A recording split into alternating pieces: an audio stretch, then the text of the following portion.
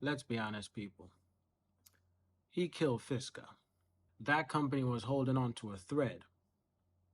He just went on, cut it. He didn't care at all. He killed Fisker. Let's be honest. He did. He did. At this point, it was quite obvious that Fisker has been struggling. Obviously, so many companies have been struggling. But if you disagree with me, I'd want to know why. Because it's no coincidence that that video went up. Fisker. Who would want to buy a Fisker after that? Let's be honest. Who's going to buy a Fisker after that? So, Mark is uploading in the video. Didn't know that was going to happen. He didn't know that this company was already struggling and that it's going to struggle even more. Come on. We knew.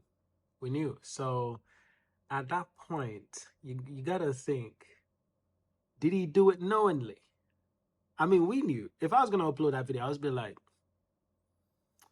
this is going to affect this company in a big way. In a big way. It's going to affect this company in a big way.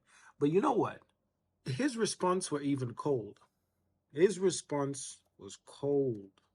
It's cold. It's cold, fam. It's cold. Or I think they have hired bankruptcy consultants. I'm not surprised. People are canceling their orders. People are not going to order anymore. You mean to tell me he uploaded this video not knowing what he was going to do? Come on. Come on. Yeah, bro, kill Fisker. Kill Fisker. And this is the second Fisker company. You remember there was the other Fisker company, same CEO who created this one, created the last one. But there's a lot of problems, so he decided to create Fisker, the new Fisker that we have now. And just got killed again. I'm not trying to laugh, but I am laughing a little bit though, because it's just, we never expected this man to just destroy Fisker like that. Come on.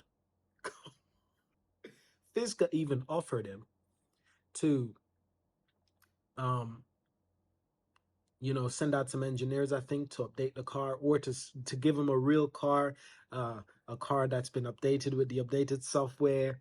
This man said no, knowing that he was gonna put out a review that was gonna be like a boom. It was gonna lit a fire up, and it lit a fire up. I'd be surprised if Fisker survives this. They, oh, what the hell is gonna happen with Fisker now? But like I said, his response was cold. Let's have a look. This is his response. That's his response right there. Let's get that.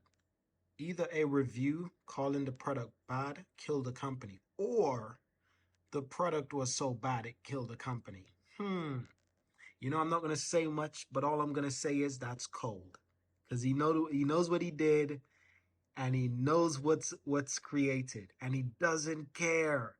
Will Fisker even try to sue this man? Could they actually sue him? I don't know.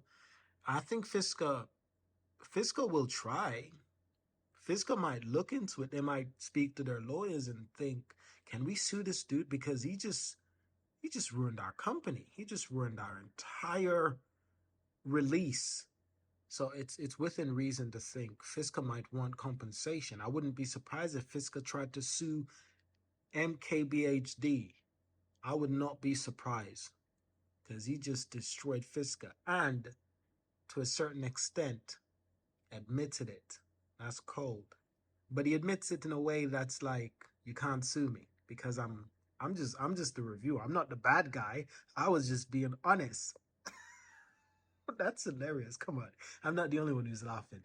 He released that video basically like, I'm not the bad guy. I'm just being honest. I'm just reviewing a product. And the cold thing is that he's straight up like, I guess you should have created a better car. And it's like, bro, if I ever created a product for a company or anything of my own, I hope this dude doesn't review it. I hope this dude doesn't review it, because if you're a struggling company trying to create something and you didn't do a perfect job, this dude is going to kill your company. Yep.